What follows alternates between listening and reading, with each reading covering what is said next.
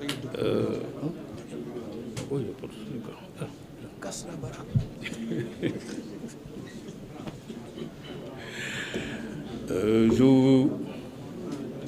j'interviens à la suite de mes confrères, Maître El Hadj Amadou Sall et Maître Doudou Ndoye. Je ne vais pas m'exprimer en wolof. Je vais plutôt m'exprimer en français. Puisque mes confrères qui m'ont précédé se sont exprimés en wolof.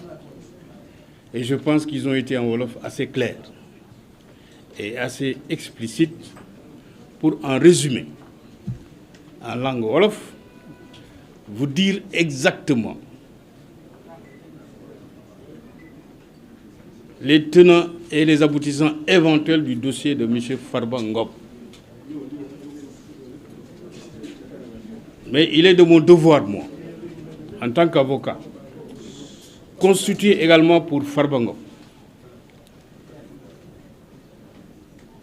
de vous dire dans une langue étrangère, certes, mais la langue française, ce qui, en réalité, constitue à la limite un scandale dans cette affaire. Puisque simplement, il est apparu à la suite, je précise bien, d'une campagne électorale pour des législatives anticipées,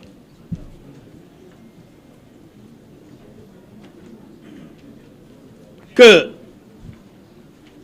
au détour d'une tournée, que le président de PASTEF, M. Ousmane Sonko, dit clairement, arrivé à Agnam, que c'est la dernière campagne électorale à laquelle assistera M. Mohamed Ngom Di Farba.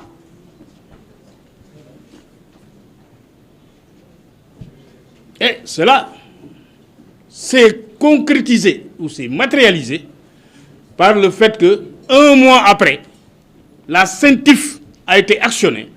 La CENTIF a déposé un rapport, un mois après les élections. Un rapport daté du 24 décembre 2024, dans lequel on a tenté de retracer de 2019 à 2024 toutes les opérations financières qui ont existé entre M. Mohamed Ngom Di Farba, M. Seydou Sarr Di Taïrou et le Trésor public sénégalais. Et sur la base de ce rapport de la CENTIF, un rapport unilatéral, je précise bien, un rapport non contradictoire, je précise bien, un rapport fait entre quatre murs, et qu'on veuille, dans ces conditions-là, on a convoqué M. Farba Ngom, on a levé son immunité parlementaire, et on a fait un réquisitoire où on a saisi le juge d'instruction. Un réquisitoire dans lequel on vise nommément des infractions liées à l'association de malfaiteurs, de blanchiment de capitaux, d'escroquerie sur des deniers publics, entre autres infractions. Il est inculpé sur cette base, sans pour autant savoir les faits qu'on lui reproche. Parce que simplement le rapport de la CENTIF n'est pas un rapport accusatoire. C'est à la limite une information, un renseignement. Mais on l'a pris, on en a fait un PV d'enquête préliminaire. Et sur cette base, on a inculpé et placé sous mandat de dépôt M. Farba Ngom. Et même le jour où on le plaçait sous mandat de dépôt pour escroquerie portant sur des deniers publics à hauteur de 31 milliards, M. Farba Ngom est venu avec ses avocats. Il a offert de consigner, de cautionner des titres. Mais le juge d'instruction les a rejetés. Sous prétexte que les cautions devaient être inscrites avant même d'être proposition. Donc, ce qui était une aberration sur le plan juridique. Et ça a été rejeté. M. Farba Ngom a été inculpé le 27 février et placé sous mandat de dépôt. Le 27 février, placé sous mandat de dépôt. Nous sommes revenus à la charge par une autre requête pour offrir à nouveau des titres en cautionnement. Le juge et le parquet financier les rejettent, mais en dessous, qu'est-ce qu'on fait? En dessous, on prend 10 titres fonciers au nom de Farba, on procède à la saisie de ces titres-là. C'est-à-dire Farba offre en cautionnement des titres fonciers, on nous dit non, non, non, vos titres-là ne sont pas valables. Mais en dessous, on prend une ordonnance. On prend une ordonnance pour autoriser l'inscription de mesures conservatoires sur les 10 titres. Alors qu'on a dit qu'on rejette les titres qui ne sont pas valables. Et pourtant, on s'empresse de prendre une ordonnance pour l'inscrire. Et c'est ce que nous avons dénoncé. Parce que seulement l'ordonnance qui avait été prise nous a été notifiée 3 semaines après. C'est-à-dire, on prend l'ordonnance en douce et de manière clandestine.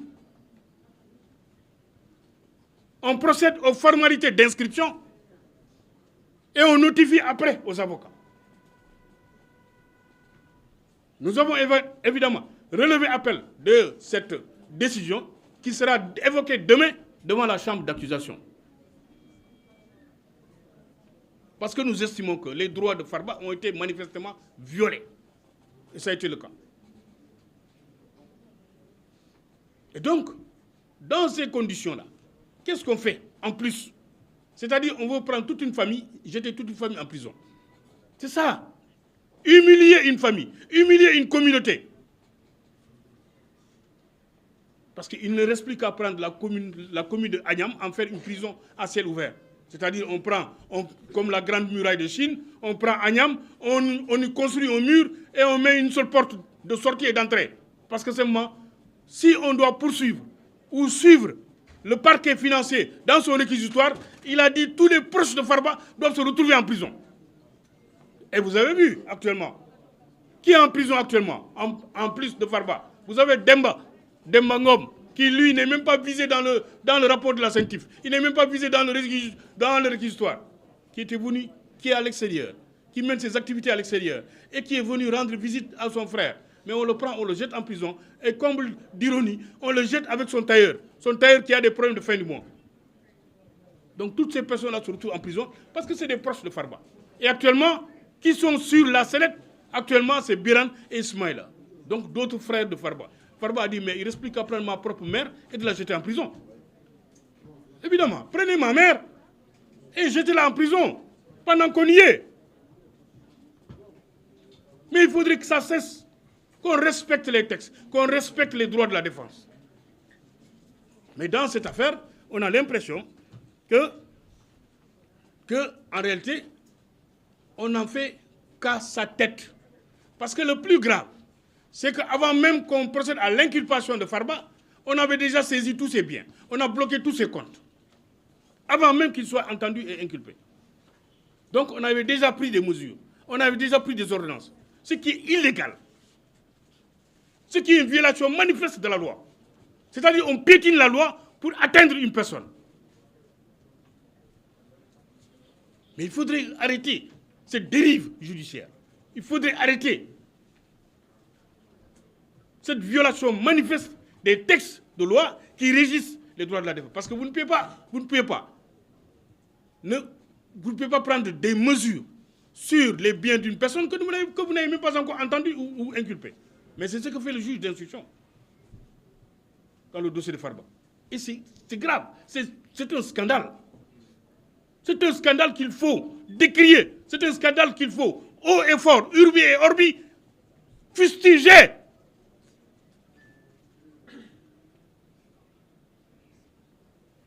Parce que trop, c'est trop. Nous sommes ici, nous sommes des avocats. Moi, je ne suis pas un politicien. Je n'ai jamais milité dans un parti politique au Sénégal. Jamais.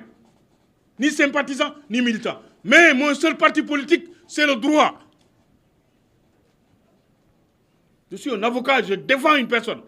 Quelle que soit la couleur politique de la personne, ça ne me regarde pas. Moi, ce qui me regarde, c'est les textes qui régissent les textes de loi qui régissent le cas. C'est sur cette base que je défends la personne.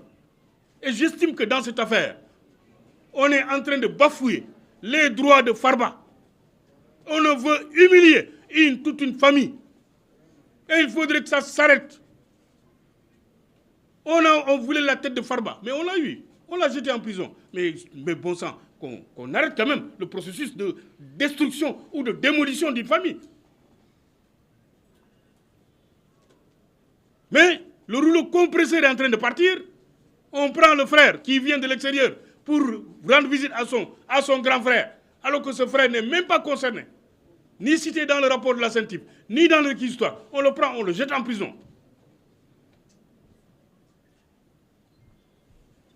On fait appel à d'autres qui, eux, doivent passer le 19 mai. Ils vont se retrouver en prison.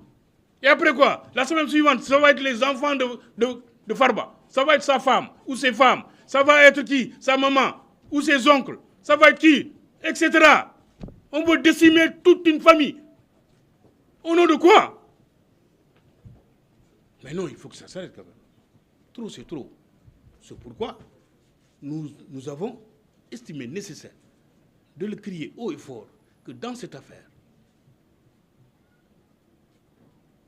où Farba Ngom n'a pas été entendu jusqu'à présent, on le jette en prison, on l'inculpe, on le place sous mandat de dépôt et on ne l'entend pas.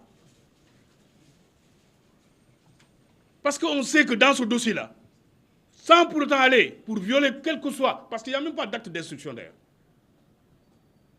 Il n'y a aucun acte, parce qu'il n'y a qu'un acte d'inculpation. Le juge a inculpé et a placé sous mandat de dépôt, c'est tout.